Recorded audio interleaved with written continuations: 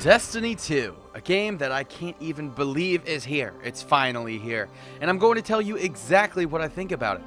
I'll tell you right now, spoiler alert, I really like this game. It's the first game I've liked in a long time, but it's not all sunshine and rainbows. Today I'm going to talk to you about the many ways this sequel has improved on the original systems and philosophies of the game, how the PvP space is different but better, and then we will have a full spoiler discussion on the game story and how I like it but think it could be improved. Stay tuned for more. For the puppies! Follow that guy. Bungie and Activision have been hyping up their new sequel Destiny 2. 4 months, hosting live events in LA, live interviews with developers, and more trailers than you can even believe. There's even a Destiny 2 motorcycle out there. Somewhere. It's out there. So there has been lots of hype building up with this game, but none of that matters now. September 6th has come, and it's left. We have the game, and now we must answer the question. How does it play? Well, the answer is surprisingly similar to the original, which is both a gift and a curse. It's amazing because the first game, if there was only one redeeming factor for the state it launched in, it was the beautifully fluent gunplay the game boasted. So you know, if it ain't broke, don't fix it. But this also makes Destiny 2 feel so similar that I'm already feeling fatigued playing the game. Some people are even calling it Destiny 1.5, feeling as if this is just a giant DLC. And I can definitely understand where the players are getting this from, but this shouldn't be a bad thing. A sequel isn't always supposed to be a rework from the ground up, a rebuild. As long as the developers improve the game and produce a product that is better than the previous one, in whatever shape that takes, I'm happy. And Destiny 2 does just that in almost every area. Almost.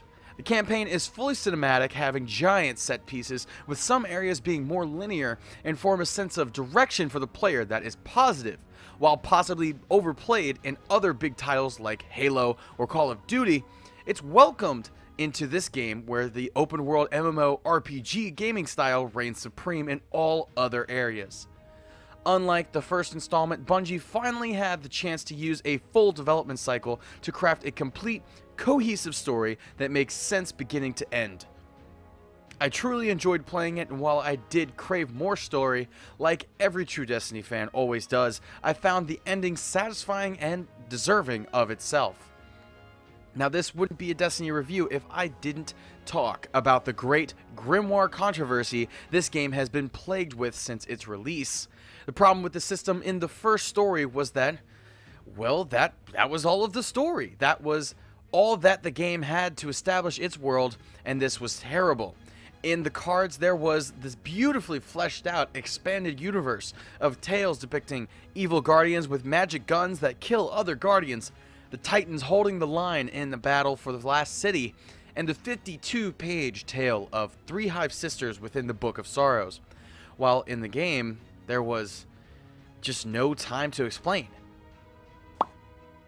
We wanted all of this amazing lore to be in the game, and we sort of got that, but maybe we should have been more specific with what we asked for, because while the campaign does tell a story that is leagues better than the last one we got, we don't get nearly as much of the lore we did before. The Grimoire cards are gone in favor of telling the story through scannable objects you can find in the environment, and reading lore tabs on weapons.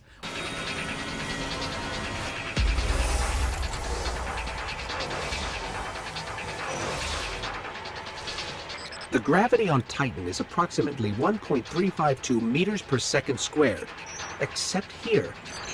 These floating rocks must be a residual effect from some hive magic. While the lore tabs are a good step in the right direction, telling fleshed out stories through scannables is just not happening here. It feels like no matter how much crap I scan, I am no closer to answers on what is going on in the background of the story, which is what the Grimoire cards were for initially. I believe getting rid of the Grimoire cards are a bad idea, and maybe having them simply placed in a format that would have been viewable from within the game would have been a more favorable solution, because there was nothing wrong with the cards themselves other than they weren't in the game. The problem was that the story in the game was garbage. I like scannables because they were a cool part of the game when they were introduced in the Taken King expansion of Destiny 1, but having it as a sole source, it's just not doing it for me. The vendors in the game have been changed a lot. Upgrade materials are completely gone. Now when you get a weapon, it has every perk available on it, and materials get turned into the gunsmith now, Banshee 44, in exchange for reputation with him, eventually leading to rewards. I say eventually, but honestly, you get rewards very quickly. This game has no problems with giving you loot. This is so much better than the original game, because loot caves aren't the secret to gaining powerful gear anymore. Simply play the game and you will be rewarded with sometimes exotic engrams. Also, completing activities like strikes, world quests, and crucible matches will give you tokens to be redeemed at specific vendors for reputation with them as well, also giving you loot when you fill their meter. Another way to get loot, which will lead into my next topic, is from clans. Hawthorne, a new character introduced to you early in the game's campaign, acts as our clan vendor, where you will go to pick up loot. You score by simply joining an active clan. As your clan mates complete activities, you will get rewards, depending on what they do. I got a Trials hand cannon this weekend without stepping foot into the Trials of the Nine, which is pretty cool. Clans are so well implemented in the game now. I'm very proud of Bungie for implementing such a smart and innovative strategy to use clans for their new matchmaking system called guided games. You can now use guided games to find players willing to help you complete complicated activities like nightfall strikes, trials, and even the raid, things that were previously unavailable through matchmaking, and you had to know real players through your friends list to be able to have access and finish these activities. While this function is currently in beta, the concept is promising, and so far the testing seems to be running smooth. So Bungie did get some brownie points for that move. But then in the same triumphant step, they ruined it all by making changes to things honestly no one, including myself, expected to be changed. Yes, I am talking about shaders being turned into consumables. This is a tragedy for the game because weapon and armor customization is such a huge factor in this game, and for the developers to hinder it by making something as simple as color coordination a consumable item is simply ridiculous, especially since it wasn't like that in the original game. Bungie has tried to justify this by saying it makes customizing your Guardian deeper than ever, being able to change your individual armor pieces, weapons, and even ships with different shaders. While that is true, this looks to many as a clear stunt to drive players to put more money into microtransactions, since they can be bought with real money via bright engrams. It just ends up leaving a bad taste in everyone's mouth. I don't really like it. Shaders aren't the only thing that come in these engrams, however. You can also get emotes, ships, sparrows, armor, and transmat mods, and while all of this is fine and dandy, I guess, they don't really change the way that you play the game. What seems to be more controversial is the fact you can get weapon mods from these engrams as well, things that actually change the game in a way that could give you an edge over someone without that mod. This is when you get into the pay-to-win area no developer ever wants to go into, because it leaves the competitive play areas feeling unfair to anyone without a fat wallet. The PvP space has been completely revamped to be more competitive than ever. Fire teams have been reworked into 4v4 suits, making combat less chaotic and engagements more meaningful. Bungie is so committed to this change that they even got rid of their free-for-all mode Rumble, a mode that has been in every Bungie title except for this one. PvP also inspired the changing of weapon slots from primary, secondary, and heavy weapon configurations to a kinetic, energy, and power weapon configuration. These changes seem to fit the Crucible better because it allows the gun battle to last longer, since all of the one-shot kill weapons have been moved to the power weapon slot. These are things like shotguns, fusion rifles, and snipers. These make the rare occasion that you use these weapons an exciting and heart-pounding experience, as you immediately become more careful with engagements, since you don't want to die and lose your ammo, yet you are more confident to engage an enemy, feeling that you are more powerful and more likely to succeed and win the fight. Skill-based matchmaking seems to be working, because I have not had a match where I was absolutely stomped on by the other team. The matches are more fair, which is good. However, the loading times in matchmaking are so bad, and all-time bad. You can sometimes sit in matchmaking for up to 30 minutes before you find a game. That is absolutely unacceptable. I don't know if skill-based matchmaking has anything to do with it, but I've never experienced anything like this before in my life, and it's awful. Obviously, as the game goes on, probably server loads will drop. This will get a little bit better, but as it stands right now, getting in a Crucible match is something close to standing in a line at the DMV.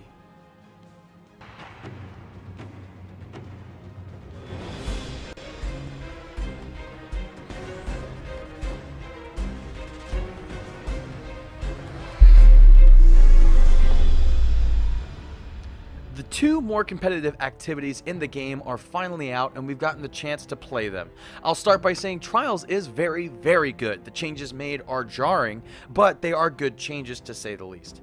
The Trials of Osiris has been changed to the Trials of the Nine, and rather than having 3v3 elimination, we now have 4v4 fire teams in a different game mode each week. However, this change does not seem like a bad one. In fact, it makes it much easier to go from normal PvP to the competitive Trials mode. The Trials social space is amazing too. You'll really enjoy the surprise you get to experience when you go here. I don't want to spoil it because it is that perfect. The same goes for the raid. No words I share with you today will properly describe the perfect chaos that is a raid, and the Leviathan raid is no exception to this rule. Grow fat with strength as you battle through challenging puzzles and vicious puppies with a fire team of 6. You will feel a true feeling of success wash over you when you finally complete the raid. Doing this with friends is best, but with new guided game system, everyone will have a chance to complete one, whether you know people or not. I know I'm being kind of vague, but that's on purpose because I don't want to spoil this. If you really want to know more about the raid, we have a full raid guide on the channel, but trust me, the ending is pretty good. You want to go into this blind and experience it just like a true Destiny player would. Now, before I go on, I need to give you a big fat spoiler warning because I'm going to ruin this game for you if you haven't played through the campaign yet. Please leave a like at the bottom, subscribe if you haven't already, and then get out of here, finish the game, and come back to see the rest. Okay, now I can move on with a clear conscience.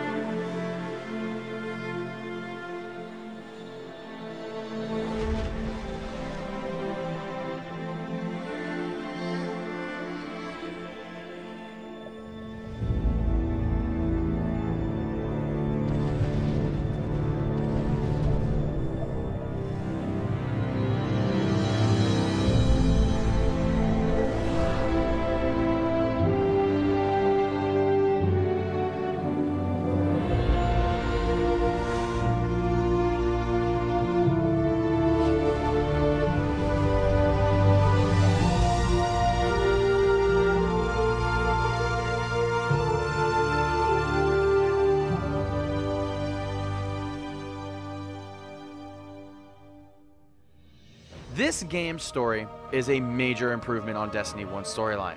It has a clear, cohesive story straight from the beginning, throwing you right into a battle for humanity's last city. As a surprise attack catches the Vanguard completely off guard, no pun intended, you'll fight through the tower, and with Guardians, longtime fans have known since the very beginning.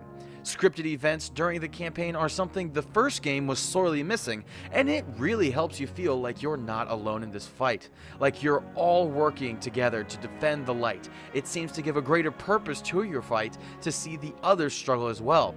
Once you've battled your way up to the top of a Cabal cruise ship, you will run into the main baddie, Dominus Gall, who immediately strips you of the light and kicks your character off the side of the ship to fall to your doom.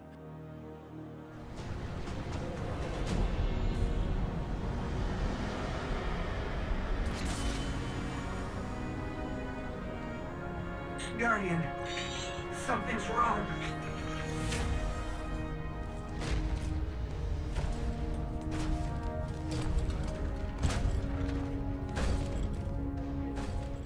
Do not look at me, creature. You've merely forgotten the fear of death. Allow me to reacquaint you.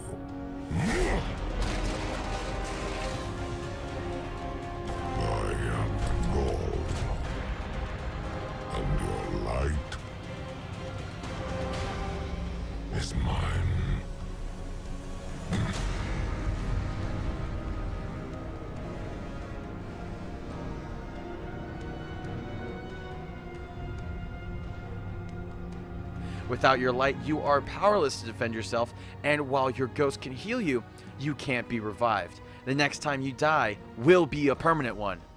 The idea of lightless guardians is very intriguing, one that I was very excited to experience.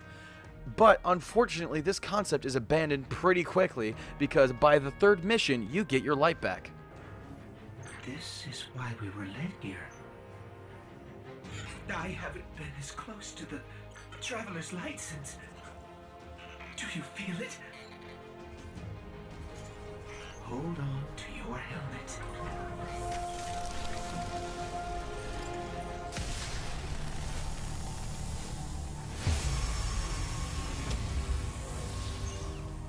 Do you feel it? The light is back. We're back. I hate this because we didn't get to see the Vanguard really break down like I would have wanted. They are immediately given hope for the future, and this completely takes away all doubts that they had. Character development here is taken very seriously, and each character has a part, if not a small one. Each member of the Vanguard gets a whole level dedicated to them, showing you some of the struggle that they are going through without their like, but it's just not convincing to me. Lord Zavala is one character that always has had nerves of steel, and the closest he gets to doubting himself is this 30-second cutscene right here. I didn't dare believe. If the light can find its way back to you, then perhaps there is hope for us all. Our numbers will continue to dwindle. We can no longer protect ourselves, much less the survivors.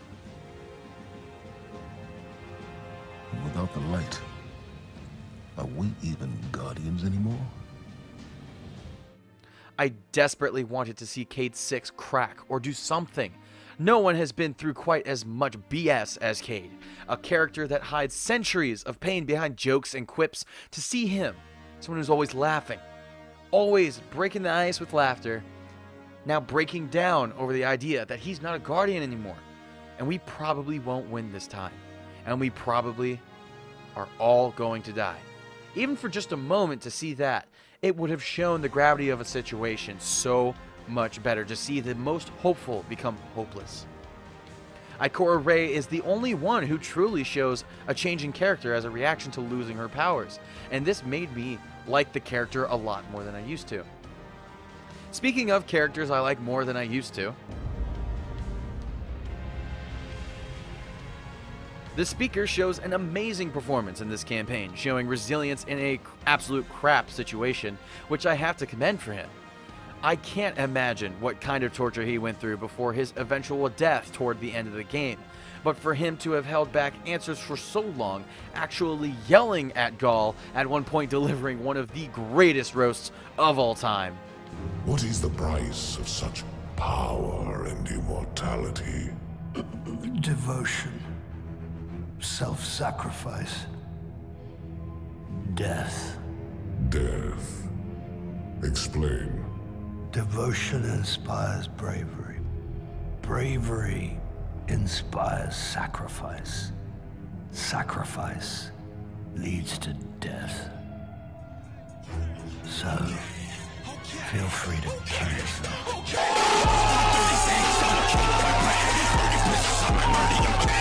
One thing I don't like, and you might have heard me say it earlier, is he does die at the end. Go. I speak for the Traveler. I never said it spoke to me.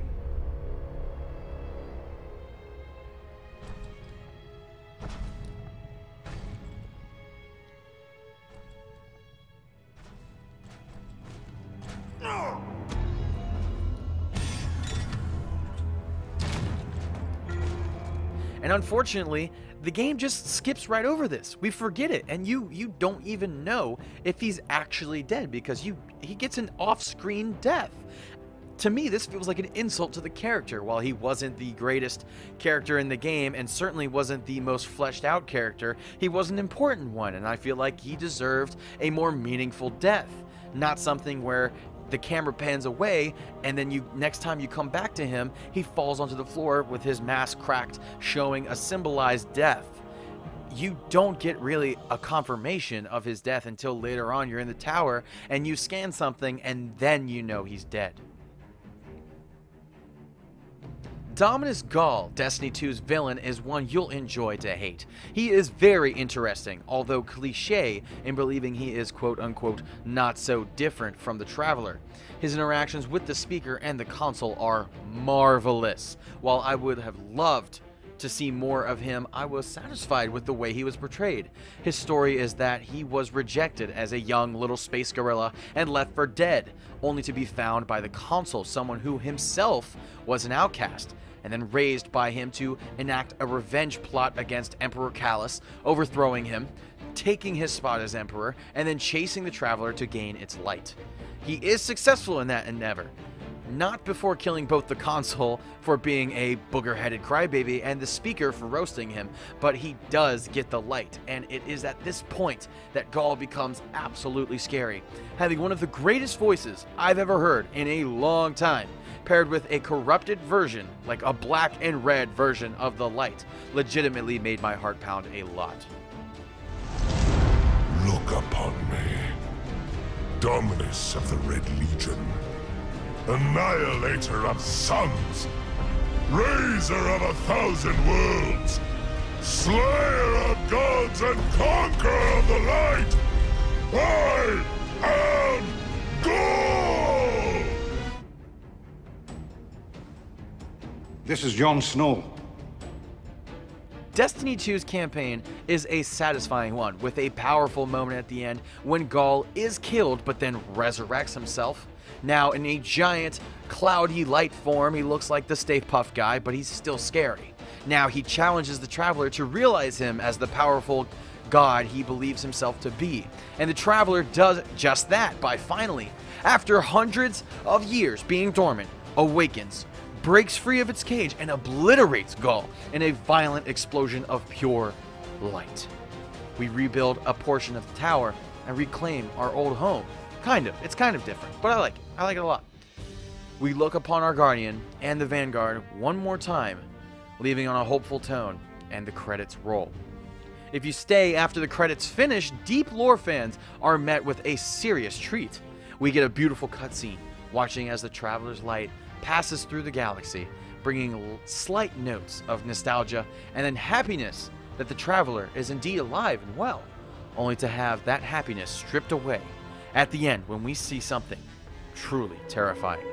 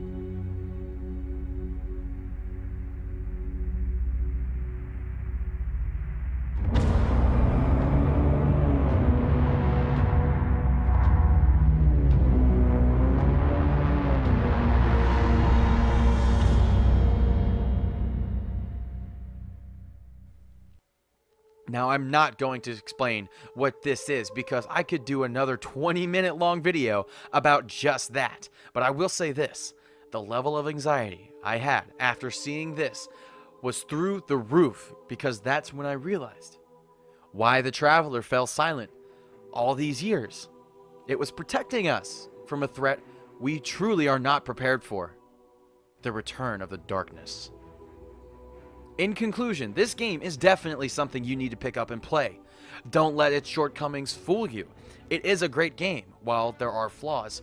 It's a fun one to play, whether it be solo or with a fire team, against waves of Fallen and Cabal, or against your fellow Guardians. You will enjoy this game, and play it for years to come, just like we did in Destiny 1. While writing this review, I didn't know if I wanted to actually give Destiny 2 a score, but I've decided it doesn't need one, because I need you to go play and judge it for yourself, because this game is only as good as you will make it. It has plenty of content and plenty of adventures for you to partake on. It is now up to you to go out there and into the wild forests of the European Dead Zone, the methane oceans of Titan, the beautiful Vex structures of Nessus, and mystical plains of Io, and become legend. Thank you for watching our review of Destiny 2. I hope you enjoyed our breakdown. Leave a like down below to let us know if you did. My hope for this video is two things. One, for you to go play Destiny 2 and possibly see me and do a dance with me. And two, for you to subscribe to our channel to see more discussions, weapon reviews, and player guides like this on Destiny Tracker. Once again, my name is KillerB61. Have a great day, Guardian, and I will see you in the next one.